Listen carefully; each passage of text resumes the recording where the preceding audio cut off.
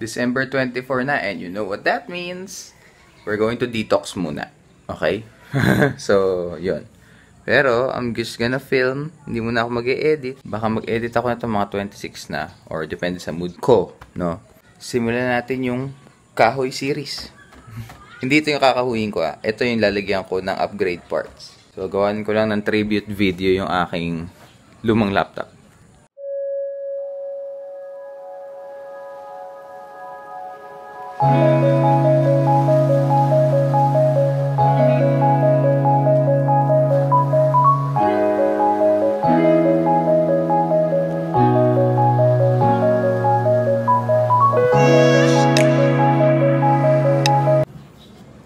Dito sa laptop na to, gusto ko lang mag-thank you. I wish I could show you a better picture kaysa sa ganito siya. Yung tipong wasak-wasak na siya or parang hindi pa tanggal yung mga ports niya. Pero, as long as I have the rig that I have right now, I'm satisfied with it. Siguro legacy project na lang yan. Meaning, it's somewhere down the road. No? Pero, panoorin nyo muna tong video na to na galing sa mga older videos ko.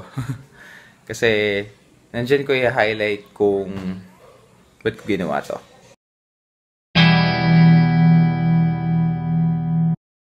Well, actually, no, gusto ko pa sanang gumawa ng video regarding yung farewell ko dito sa PC na to.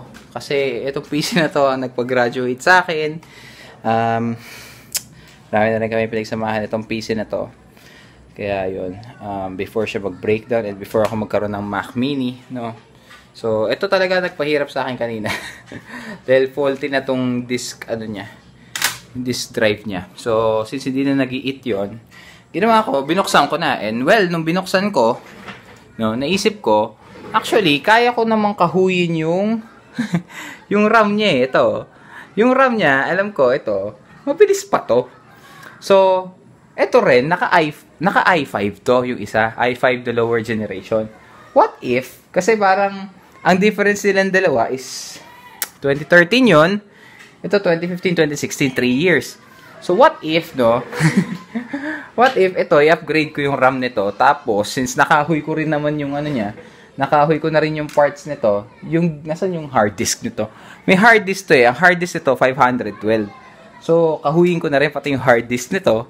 Gamitin natin para dun sa Mac Mini. May enclosure. Bibili lang ako ng enclosure. Dalawa lang siguro. Kasi meron din ako nakahoy na isang hard drive dun sa kabila kay kuya. Kaya ayun. Exciting.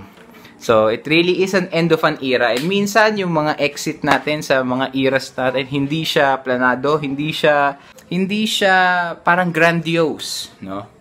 Pero, if you're ending an era, dapat you're also starting a new one. Ganun yun. So this is a new era for me and my setup here. And tignan natin kung kaya mag-configure ng RAM. Sana hoping fingers crossed, no. Wala na tong magiging problema. So yun. Hi guys, update ko lang kayo, no. Maaga kasi ako nagising kanina and nakita ko compatible din talaga yung HP na laptop ko. HP yun eh, kanina yung pinapakita ko sa inyo na nagpag-graduate sa akin. Ginawa ko yung thesis ko, tapos ngayon sira-sira na siya.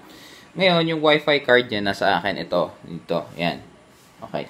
So, since yan yung Wi-Fi card niya, itong actual na laptop ko, no, installan ko nito. Ngayon, tatanggalin ko yung Wi-Fi card nito. Bakit? No? Bakit?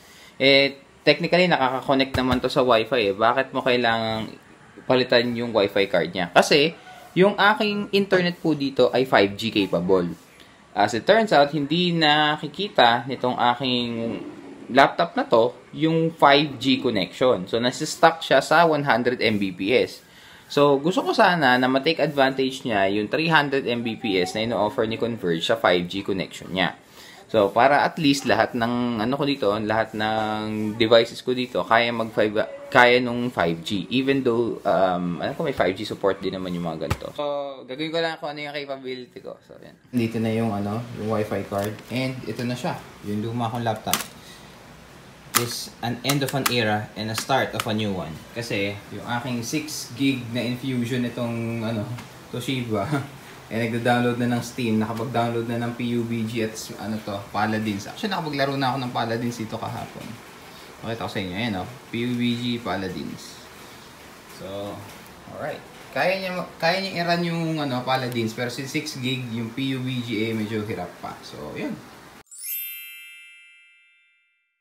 Okay, so anak duties muna tayo mga kaibigan at kailangan ng father ko daw ng gamot, no?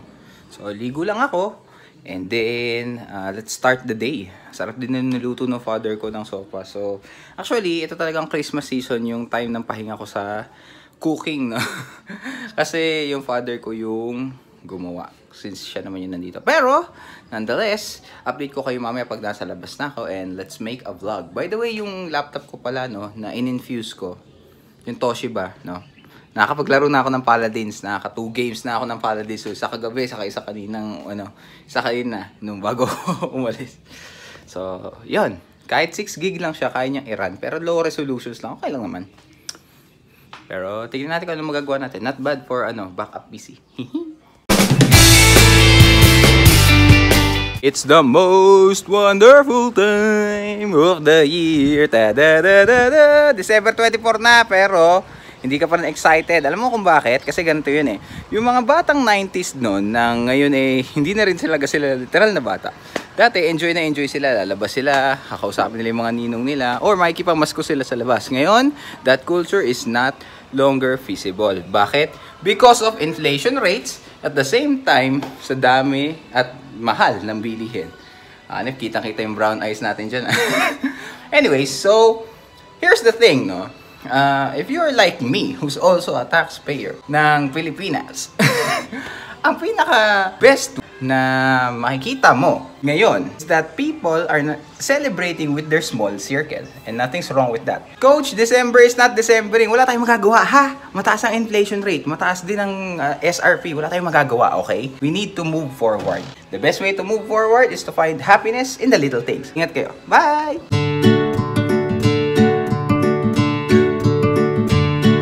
Napagod daw yung dalawang parents ko. Kasi syempre, older na sila. So, tapos kung bumili ng kanina, gamot, nagsisinigang na ako ng pampano dyan. The next thing that I'm gonna do is, kasi 4 yung piraso ng pampano, no? Ito sinigang. Kukuha ko na kamya sa kabila. Luluto ako ng sinabawan. Mali, sorry. So, magluluto ako ng pangat or pinaangat sa sabaw. Yun ang magandang pampano rin na dish. So, kala nyo joke lang yung last time na nagluluto ko talaga ako. Nagluluto talaga ako rito. Ito yung niluluto ko. Hintayin ko lang kumuluyan ng mga approximately mga 2 times siguro. Para sure na sure tayo. Para yung pampano, ito, ayun o. Tada! Tada! Ayan yung pampano. Sarap yan. So, maya na. Balikan ko na lang kayo pagluto na.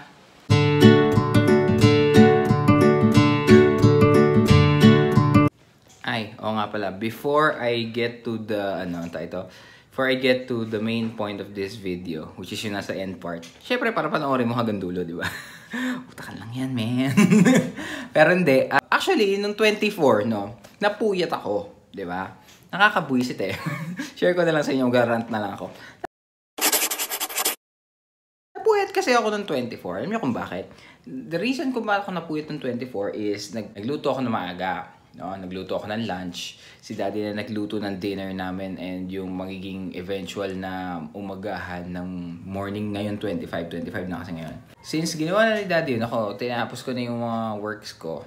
Alas 6 pa lang ng 24, nasa higaan na ako, try na ako matulog. Lo and behold, nakakabuisit yung mga trip ng kapitbahay namin. Talagang inuna pa talaga nila yung New Year, at nagpapaputok sila ng boga rito. So, dahil hindi na ako makatulog, may isa akong upgrade na ginawa kay Toshiba, medyo mahabang kwento to, pero isa-summarize ko na lang in a few sentences. Ito yung post sa Facebook page ko yan, dahil nagambala na rin lang ang tulog ko, in-upgrade ko na rin yung Wi-Fi card ni Toshiba. As it turns out, yung Wi-Fi card ni old Dell na laptop ko is capable pa rin dun sa board ni Toshiba. It is compatible.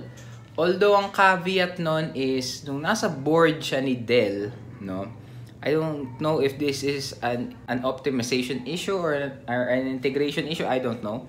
Yung nasa sa board siya ni Dell, nakaka-detect siya ng 5G. Nung nandun na siya sa board ni Toshiba, hindi na.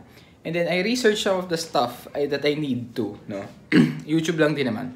Then, lo and behold, nung niran ko yung some of the things that I need to check, nakita ko is 4G capable lang talaga yung board nito ni Toshiba. 2.4 GHz ang support niya na Wi-Fi. So, up until 4 gig, which is weird.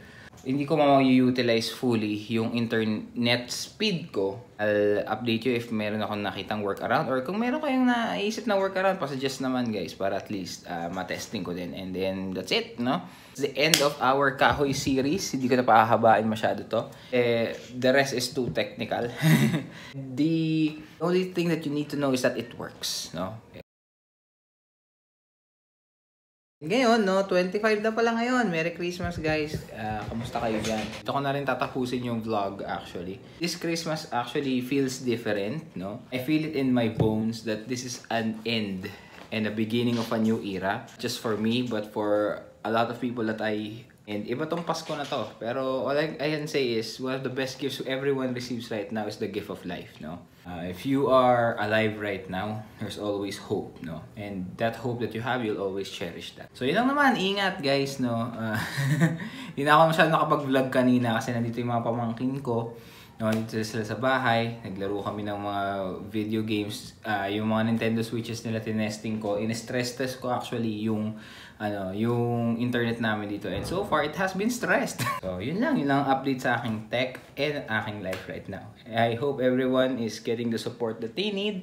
And sana itong Pasko na to, no, will be beneficial for you and your family. To our family, we're all wishing everyone a happy Merry Christmas and a great New Year ahead. No? Ingat kayo lahat. Bye guys!